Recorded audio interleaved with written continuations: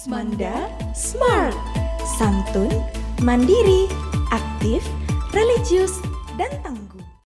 Bismillahirrahmanirrahim. Assalamualaikum warahmatullahi wabarakatuh. Waalaikumsalam warahmatullahi wabarakatuh. Selamat sore sahabat podcast Smanda Smart.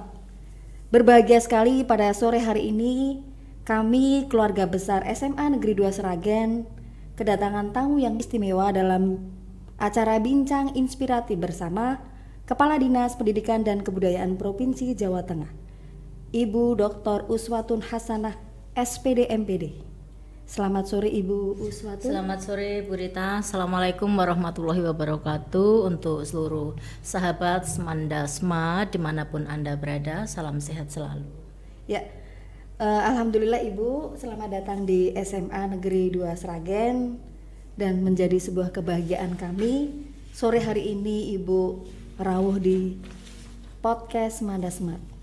Nah, bincang inspiratif pada sore hari ini kita mengambil tema yaitu seputar program guru penggerak dan manfaatnya, karena memang program guru penggerak baru bukan masalah tren, tapi menjadi salah satu kebijakan dari Kemdikbudristek bahwa salah satu untuk bergerak di Indonesia salah satunya adalah lewat program guru penggerak.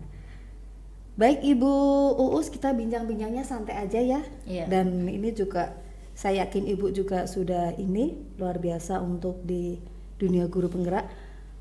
Adapun sebelum kita bincang-bincang dengan Ibu Uus, kita kayaknya butuh tahu nih. Saya sudah banyak nih kurikulum vitae beliau yang membuat saya cukup wow gitu ya. Jadi simpan saja dia. Iya. Simpan saja. Tapi kayaknya emang ada beberapa hal yang harus kita ungkapkan Ibu. Ya, Ibu Dr. Uswatun Hasanah SPD MPD, terkenal dengan Uus Abdullah. Ini nama pena. Oh, nama pena begitu. Lahir di Ngawi 30 Juli 1976. Pendidikan beliau dari SD Gondang Sragen, ternyata juga Sragen ya. Sragen punya ternyata. Kemudian SMP MTS Gondang Sragen lagi. SMA-nya baru ini ya ke Widodaren SMA Ngawi. Negeri 1 Widodaren Ngawi. Kemudian S1, S2 dan S3-nya di Universitas 11 Maret tercinta. Kayaknya kita sama alma mater. Cuman beda nasib Ibu. Sama, semua nasibnya baik. Nggak ada yang salah dengan nasib kita. Kemudian untuk karir beliau diawali di guru SMA Negeri Purwantoro sampai 2016. Kemudian Kepala SMA Negeri 1 Sidoarjo sampai 1 September 2019. Kemudian SMA Negeri 1 Purwantoro sebagai kepala juga sampai 13 Januari 2022. Nah, ini yang sangat amazing ini Ibu. Sebagai Kepala Dinas Pendidikan dan Kebudayaan Provinsi Jawa Tengah dilantik pada 14 Januari 2022 sampai sekarang. Selamat Ibu ya. Alhamdulillah, terima kasih. Nah, untuk terkait dengan aktivitas sahabat podcast Smanda Smart ini banyak sekali gitu ya. Jadi sebagai Ketua 4 DPP Hiper Indonesia, kemudian Instruktur Nasional Direktorat PSMA, Fasilitator Nasional, kemudian sebagai Fasilitator Literasi Nasional. Kemudian karya beliau ini yang cukup fantastis, ada 28 karya beliau dalam bentuk buku ya Bu ya ini? Ya, akademis non akademis. Ya. Dari guru pemandu bahasa Indonesia. Iya, betul. Kemudian beliau juga memiliki kemampuan mengaransemen lagu Mars SMA 1 Slogoimo. Kemudian menciptakan dan mengaransemen Mars Adiwiyata Nasional, sampai kemudian membuat buku Jutek, Jumat Teknologi Inovasi Pembelajaran Peningkatan Kompetensi IT Guru. Kayaknya ini pernah juara juga ya Bu ya? Iya dong. Iya. Juara dong. Betul.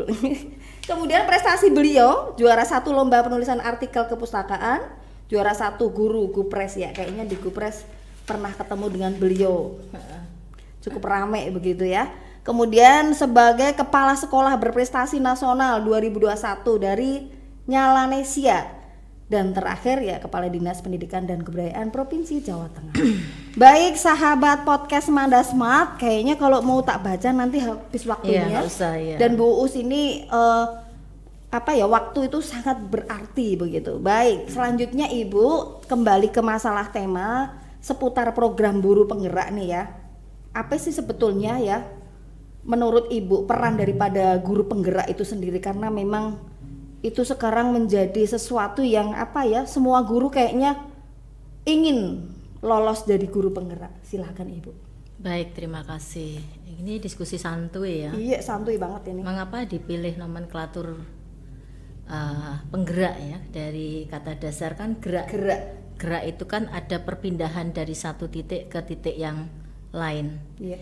Dimana penggerak tidak menggunakan menggerak, tetapi penggerak berarti dia sebagai pelaku. Iya. Pelaku yang menggerakkan.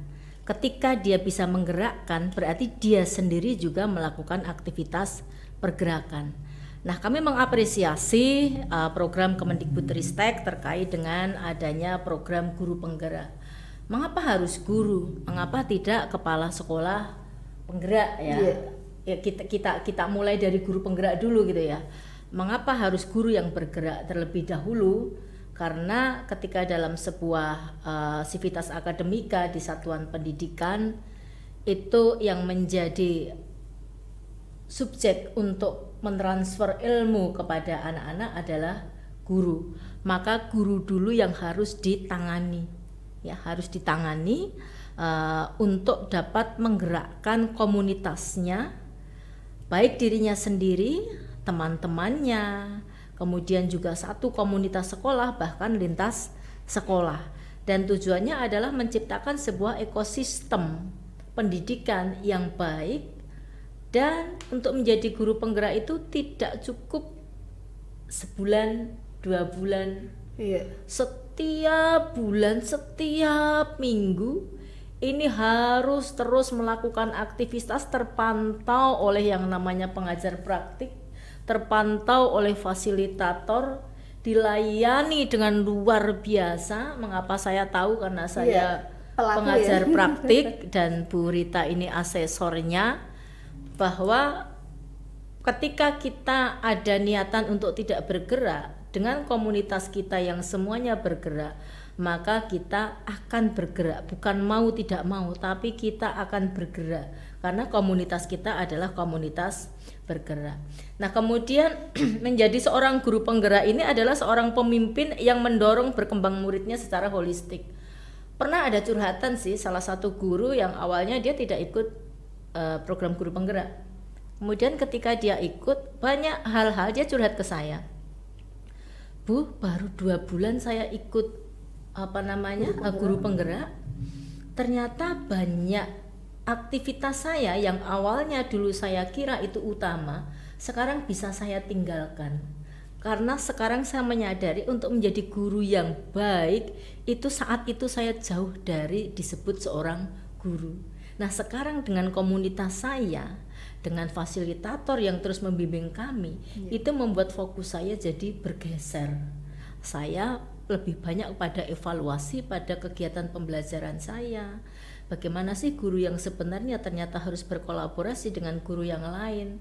Kemudian juga guru tersebut sering melakukan sebuah evaluasi dan tindak lanjutnya apa dan seterusnya, yang akhirnya membuat dia sadar bahwa selama ini saya telah menyanyiakan waktu saya. Coba kalau guru penggerak itu sudah ada sejak dulu. Jadi guru penggerak itu jadi benar-benar seorang guru di mana dia sudah menjadi habit untuk terus melakukan aktivitas, menggerakkan, juga sekaligus dia bisa menjadi motivator, inspirator bagi guru-guru yang lain, sehingga kalau dalam satu sekolah semuanya jadi guru penggerak, betapa luar biasanya. Gitu ya Mbak Rita ya. Jadi memang apa sih guru itu selain dia punya kewajiban transfer of knowledge gitu ya.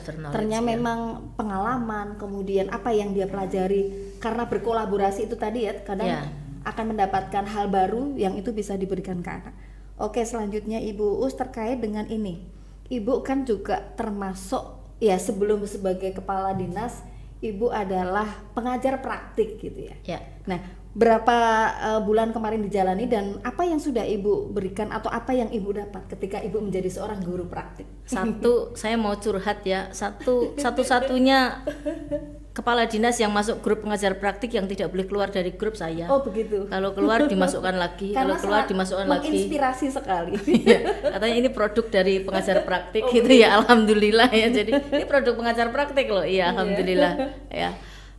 Pengalaman saya banyak sekali ya. Jadi satu saat itu karena saya dari Kabupaten Wonogiri ya, satu-satunya kepala sekolah SMA yang menjadi pengajar praktik itu saya di kabupaten saya. Okay. Kemudian saya sempat muncul pertanyaan, buat apa sih Bu Us?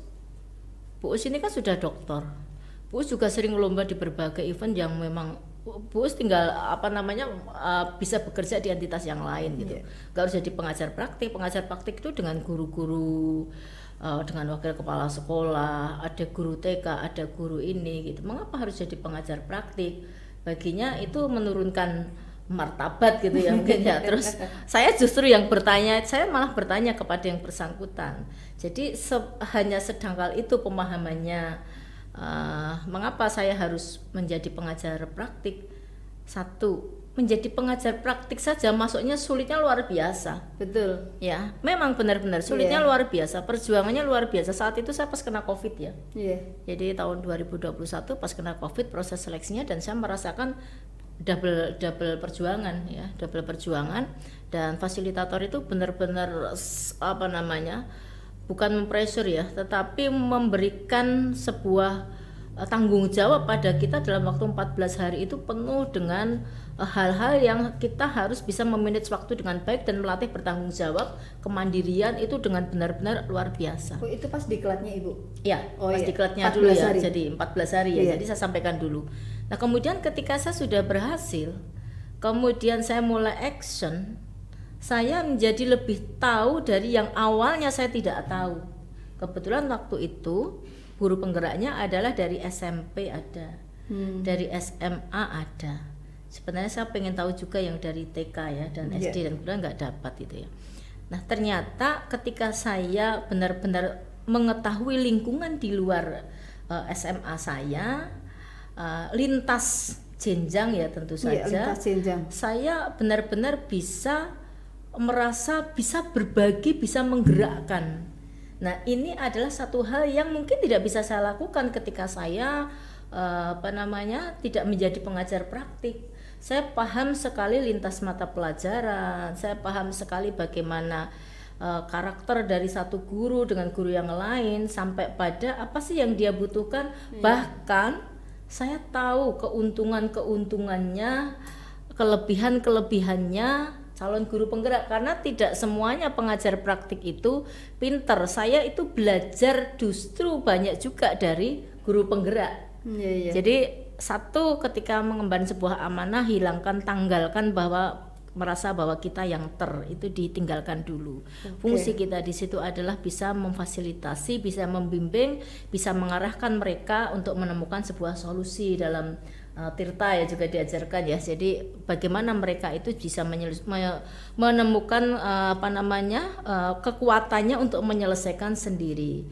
Kita bisa memandu mereka untuk self assessment, kemudian juga melakukan tindak lanjut pun juga tidak kita dikte satu persatu. Jadi kalau ditanya berapa bulan sih waktu itu, saya waktu itu baru 4 bulan mungkin ya, baru 4 bulan, tapi sudah mau lokakarya 3 waktu itu, lokakarya 2 mau 3.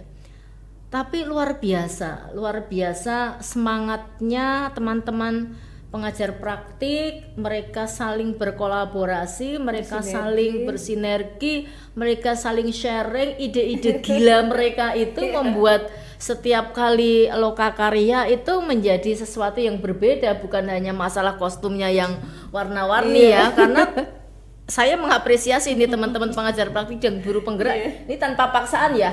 Mereka pakaiannya warna-warni itu menyatakan mereka itu senang. Kalau mereka nggak senang, mereka nggak akan seperti itu.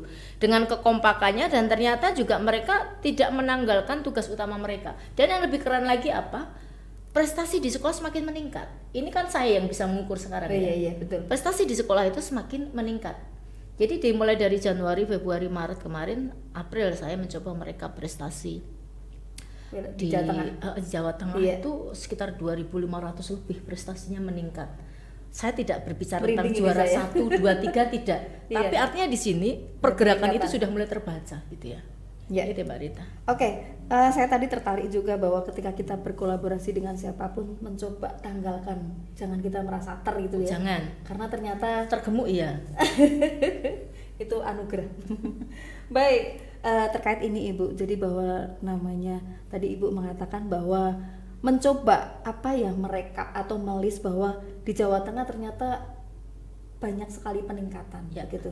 Nah, pertanyaannya adalah seberapa jauh sih keterserapan guru penggerak di Jawa Tengah dan bagaimana support dari seorang Ibu Uus yang mantan pengajar praktik.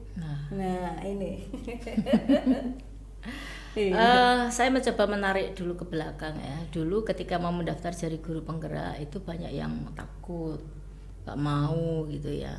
Kemudian juga waktu itu memang di guru penggerak ini baru beberapa provinsi saja kan yang bisa terakomodir. Betul. Kemudian di satu provinsi pun juga tidak satu provinsi itu semuanya terakomodir, tapi kabupaten-kabupaten tertentu juga yang baru ada MOU-nya seperti itu.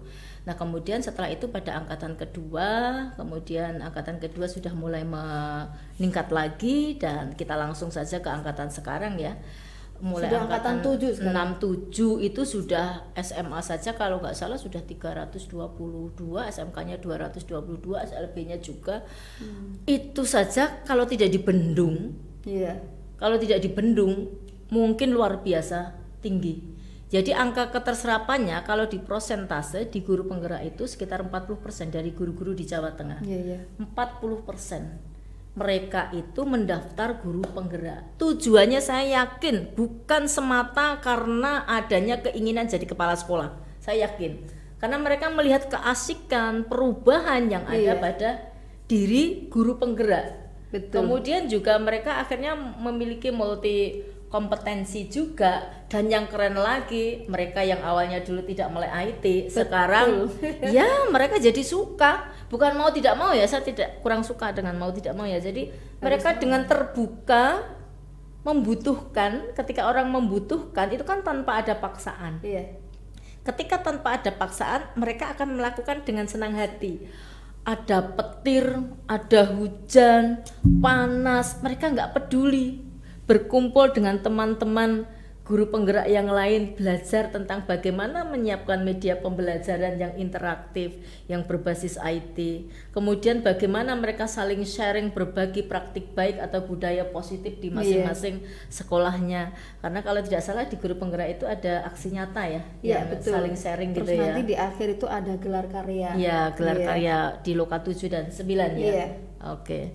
Jadi itu Nah kalau ditanyakan di Jawa Tengah, alhamdulillah, dan berkali-kali saya mengatakan belum keren kalau belum mendaftar jadi guru penggerak. Ya, tapi kalau memang belum diterima, ya next, kan tidak hanya satu-satunya jalan untuk bergerak itu melalui guru penggerak ya. Tetapi biar bareng-bareng juga, namanya saja program dari Kemendikbudristek. Ya, paling tidak, yuk bareng-bareng saya mengajak guru-guru itu masuk di dalam akun belajar ID itu benar-benar dioptimalkan, kemudian saling mengisi materi, saling support, kemudian juga guru mengajar itu juga dijadikan salah satu referensi ya, apalagi sekarang implementasi kurikulum Merdeka itu cukup masif ya di Jawa Tengah, dilaksanakan di mayoritas satuan pendidikan gitu. Sampai ini Bu, isu artinya kita tidak bisa menolak dampak daripada COVID kemarin yang hampir kita kehilangan proses pembelajaran kemudian diganti dengan daring. Itu ternyata memang begitu teman-teman ada di guru penggerak, ada saja bentuk-bentuk media strategi pembelajaran yang mereka munculkan karena berkolaborasi gitu ya. Nah selanjutnya yaitu ini Bu, terkait dengan selama ini saat ini kan Ibu sudah sebagai kepala dinas di provinsi begitu. Apa sih sebetulnya harapan terbesar Ibu terhadap ini ya, geraknya guru penggerak di Jawa Tengah? Punya mimpi Bu. Jangan ya. Karena berawal dari mimpi dan kita tidak boleh tidak punya mimpi gitu ya. Jadi dalam hidup itu memang harus ada visi ya. Visi, kemudian kita breakdown di misi. Misi itu ya yang sekiranya bisa kita jangkau. Karena yang paham potensi itu kan diri kita sendiri. Nah, kemudian ketika saya memang pengalaman jadi kepala sekolah baru 5 tahun ya saya. Dulu sempat pertanyaan muncul ke saya, terlalu muda jadi kepala sekolah, jadi kepala dinas. Dulu ketika jadi kepala sekolah juga terlalu muda jadi kepala sekolah gitu. Kemudian sudah saya skip kan ya, saya skip, ya nggak apa-apa, orang berpendapat bebas-bebas saja. Kemudian yang selanjutnya terlalu muda jadi kepala dinas. Terus ya sudah saya skip juga karena saya yakin bahwa di usia saya yang ya masih 45 ya waktu dilantik ya. Oh ya 45 betul. 45 masuk 46 itu kemampuan berpikir saya masih bisa diajak berlari gitu. Nah kemudian memang tidak bisa saya jalan di tempat, ada sesuatu yang beda ya. Kalau dulu bentar ya, sebentar. Kalau dulu misalnya saya bisa mengatur ritmenya saya sendiri, nah sekarang saya harus mengakomodir dari ribuan sekolah yang ada di Jawa Tengah. Nah memang karena saya lahir dari keluarga pendidik ya, keluarga saya, kakak-kakak saya semuanya notabene-nya adalah guru, jadi menjadi seorang pendidik itu sudah menjadi sudah menjadi kekhasan di keluarga kami. Maka ketika saya menjadi kepala dinas tentu saja niatan saya tak jauh-jauh dari niatan seorang pendidik. Berkali-kali saya menegaskan bahwa ketika di Jawa Tengah angka kemiskinan masih tinggi, itu salah satu sebab utamanya adalah karena pendidikan masih belum dinomorsatukan.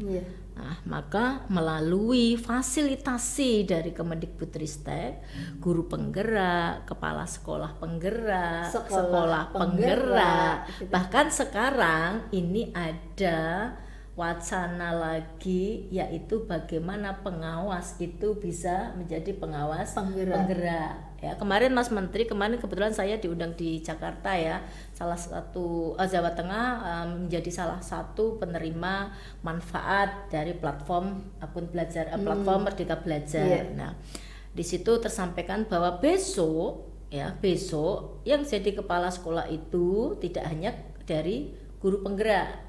Jadi kepala sekolah itu besok juga bisa jadi pengawas, kemudian juga bisa jadi kepala dinas. Wah ya agak deg-degan juga ya. Jadi nggak berani bersaing. Ya, belum lulus ya jadi guru pengajar praktik ya. Jadi dari guru penggerak besok syarat menjadi kepala dinas besok juga harus dari guru penggerak. Nah ini ya.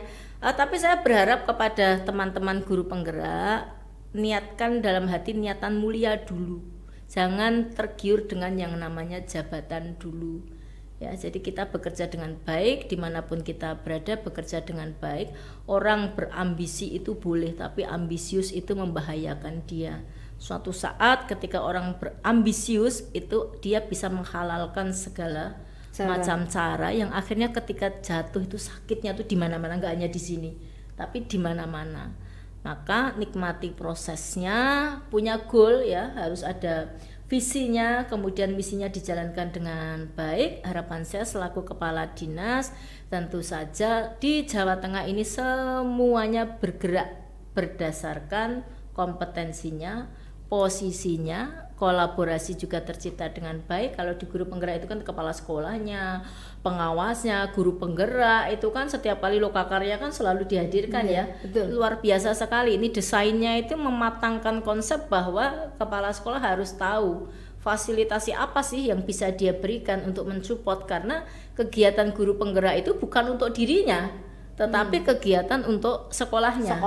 Maka saya menyayangkan kalau ada kepala sekolah yang tidak mensupport. Betul. Ya, tidak mensupport. Kalau memang ada keterbatasan anggaran dan lain, guru penggerak ini orang-orang kreatif kok, tidak semuanya membutuhkan biaya ya. Dan justru ketika mensupport guru penggerak ini, toh mereka bekerja juga untuk sekolah. Dia tidak sempat untuk mikir mau long weekend seperti itu ya. Dan setelah 9 bulan ini belum juga usai ya, setelah mereka lolos pastinya nanti mereka akan melakukan proses yang berikutnya ya, bisa saja dia nanti akan menjadi seorang pengajar praktik ya, ya atau betul. menjadi fasilitator ada yang ya. namanya rekognisi. Rekognisi, iya, betul. Rekognisi setelah lu jadi penggerak, kemudian dia bahkan pengajar praktik pun juga bisa menjadi fasilitator ya. Menjadi pelatih ahli. Ya, iya. Ya, setelah 2 kali nanti jadi pengajar praktik. Jadi itu Mbak Rita.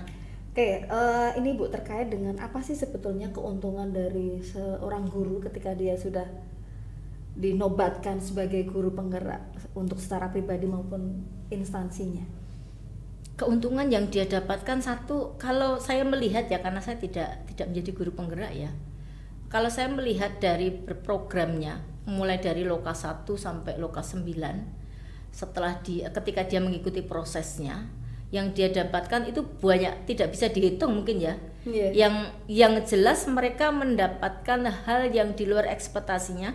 Kalau dulu mungkin itu nilainya 10 bagi dia, ketika lulus jadi guru penggerak nilainya menjadi 100. 10 bagi dia dulu adalah angka tertinggi. Nah, ternyata di luar angka 10 itu ada angka 100. Karena apa? Dia bisa reseptif terhadap pengalaman-pengalaman yang lain, dan kerennya itu pada kolaborasi, apalagi untuk mewujudkan profil pelajar Pancasila ya. Betul. Di situ benar-benar terasah kegotong royongan, kemandirian, kebinekaan yang global.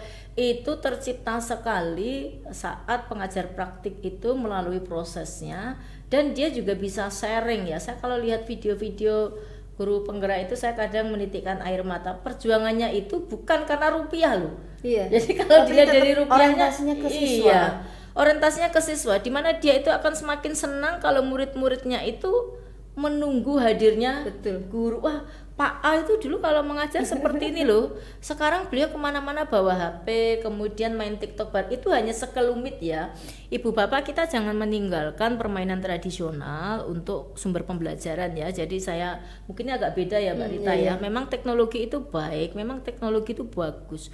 Teknologi itu bagian dari fasilitasi sumber belajar juga.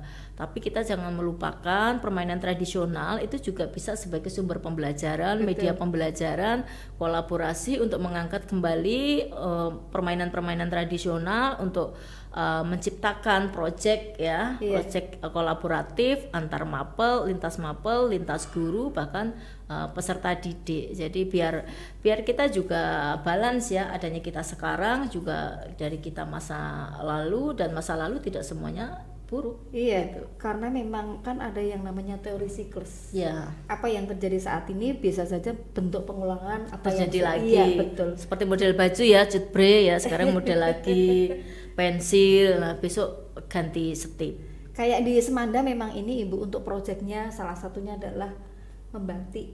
Artinya kita mencoba memunculkan kembali kearifan lokal, didekatkan dengan anak. Meskipun memang ya hasilnya tidak akan seideal untuk para ahli, tapi minimal anak-anak sudah mulai mengenal kembali hal-hal yang berbau. Sekarang kalau yang presisi itu sekarang malah nggak keren kok. Iya. Jadi kalau yang batik itu bunganya lebih gede tinimbang daunnya, ya nggak apa-apa. Ini kan juga daunnya berguguran kan, yang di studio ini juga kalau dilihat presisinya kan. Ya, artinya memang butuh sesuatu yang beda. Iya.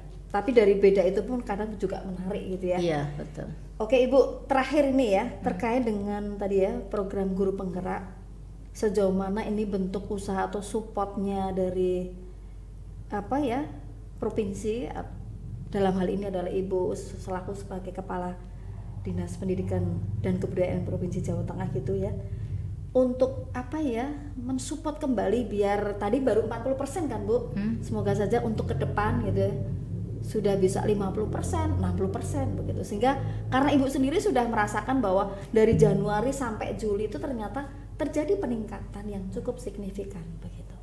Ya. Kalau menjadikan 100% tampaknya sulit. Iya. Satu usia. Iya kan, jelas itu. Jelas sudah tidak memungkinkan dari sisi usia. Kemudian juga teman-teman guru yang menjadi wakasek pun kadang juga jamnya sangat penuh ya, sangat penuh. Dan begini Mbak Rita, tidak harus jadi guru penggerak, jadi pengajar praktis juga boleh, jadi fasilitator juga boleh ya. Jadi tidak harus jadi guru penggerak, tapi semoga guru penggerak yang ada di sekolahnya yang lolos. Karena kadang mereka mendaftar, ada yang satu sekolah mendaftar yang diterima hanya 3 atau 4. Bahkan ada yang nggak ada keterima juga. Iya, ada. jadi saya mengapresiasi pada kepala sekolah yang mensupport guru-gurunya untuk mengikuti kegiatan atau program guru penggerak. Semoga yang lolos itu bisa menjadi inspirasi. Belum tentu mereka yang lolos itu sebenarnya secara akademis dia lebih pintar dibanding yang tidak lolos. Ya, jadi saya tegaskan lagi, orang itu akan semakin bermartabat, akan semakin berisi, bernilai jual, memiliki kelebihan ketika dia bisa menempatkan diri dengan baik, ya. Semakin sering berbagi dengan keikhlasan, maka dia akan meningkatkan martabatnya dia, dan dia akan semakin mendapatkan kekayaan ilmu yang lain lagi. Betul. Begitu. Jadi ada yang bilang the miracle of giving. Ya, the miracle of giving. Kemudian juga support kami, tentu saja kita terus terus memberikan sebuah. Jadi gini, di Dinas Pendidikan Provinsi itu ada tim 14 ya. 14 SMK, kemudian ada tim 10 itu untuk SMA, itu tim pengembang kurikulum. Oh, begitu. Ya, jadi tim pengembang kurikulum itu kemudian memiliki anak-anak lagi, yaitu di cabang dinas, 13 cabang dinas.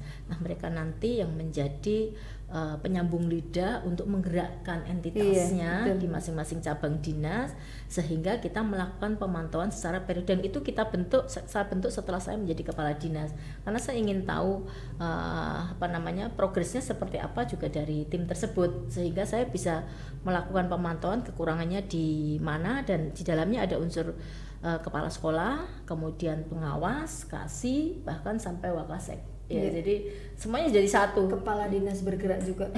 harus dong. Ya.